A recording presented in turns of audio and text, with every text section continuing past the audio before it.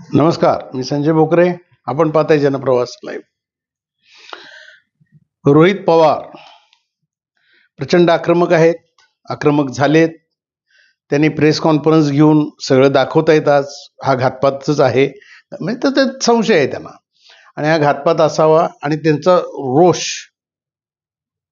पटेल आणि तटकरे, राष्ट्रवादीचे आता राष्ट्रीय कार्याध्यक्ष आहेत प्रफुल्ल पटेल आणि सुनील तटकरे, याच्यावरच आपल्याला विश्लेषण करायचं आहे. याचं कारण असं आहे, अजितदादांची राष्ट्रवादी जी आहे, आधीपासूनच अजितदादांची कुचमणा होत होती का, तर होत होती. आणि पटेल आणि तटकरे हे दोघं भारतीय जनता पक्षाचे अगदी जवळीक साधून आहेत.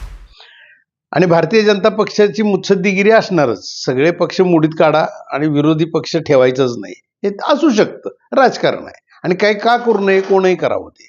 परंतु ह्याच्यामध्ये पटेल आणि तटकरे, अजितदादा गेल्यानंतर जी त्यांनी भूमिका घेतली, सुनेत्राताईंना लगेच उपमुख्यमंत्री पद दिलं. आज रोहित पवार काय म्हणतायत, सुनेत्राताई सुद्धा ते अशा पद्धतीनं लगेच उपमुख्यमंत्री पद शपथ घेण्यासाठी तयार नव्हत्या.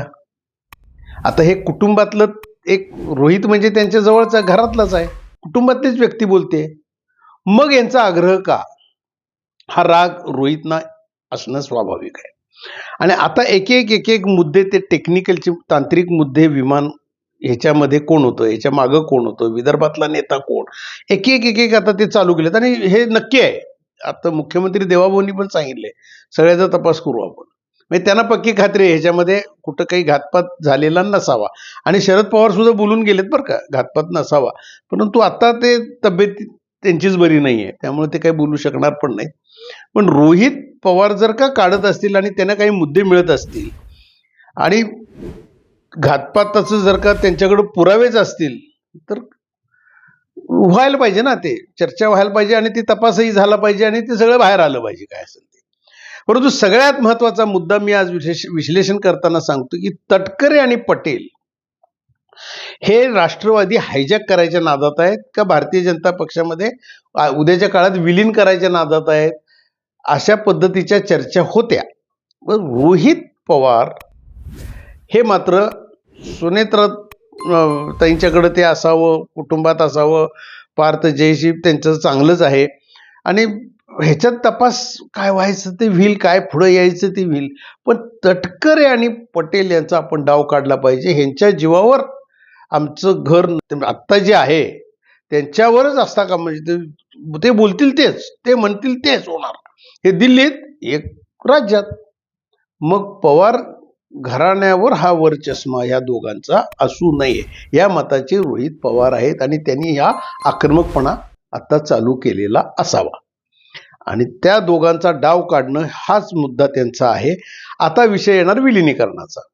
आता विलिनीकरणासाठी सुद्धा ह्यांचे प्रयत्न काय चाललेत, दिल्लीत काय चर्चा आहेत, या सुद्धा उलट सुलट आता ऐकायला यायला लागलेले आहेत. आणि पवार साहेब तर आजारी पडलेत. पवार साहेब आजारी पडल्यानंतर आता तिथं तर काही विषय येणार नाही. सुप्रियाताई, सुनेत्राताईंचं नेतृत्व स्वीकारणार का, हा सुद्धा विषय आता त्यांच्या चर्चेत दिल्लीत आला. परंतु त्यांना जर का मंत्रिपद दिलं तर विषय सगळे थांबतील असं चित्र आता दिल्लीतलं दिसतंय. त्यांच्या चर्चेतनं जे निष्पन्न झालं, अमित शहाना भेटले, पंतप्रधानांना भेटले, आणि त्यातून एकच आहे की सुप्रियाताई मंत्री झाल्या तर पवार साहेब सुद्धा कदाचित निवृत्ती घेतीलही, बाजूलाही होतील. इंडिया आघाडीचं त्यांचं आहे, पण ते मी बाजूला झालोय म्हटल्यावर काय, येऊन जाऊन मुद्दा आहे. सुप्रियाताई सुनेत्राताईंचं नेतृत्व स्वीकारणार का, हा विषय चर्चेचा जास्त त्यांच्यामध्ये येत होता. परंतु मंत्रिपद दिल्यास हे सगळे विषय संपतील आणि सुनेत्राताई यांनी तयारी दाखवली पाहिजे. प्रफुल्ल पटेल आणि तटकरे सुप्रियाताईंना मंत्रिपद देऊ नये या मताचे असावेत, अशा पद्धतीचं चर्चा असल्या कारणानं रोहित पवार हे आक्रमक झालेले आहेत. आणि रोहित पवार फक्त टार्गेट करतील ते पटेल आणि तटकरेंना. हेच विश्लेषणाचा आज मुद्दा होता. आज इथंच थांबू, उद्या पुढच्या भागात.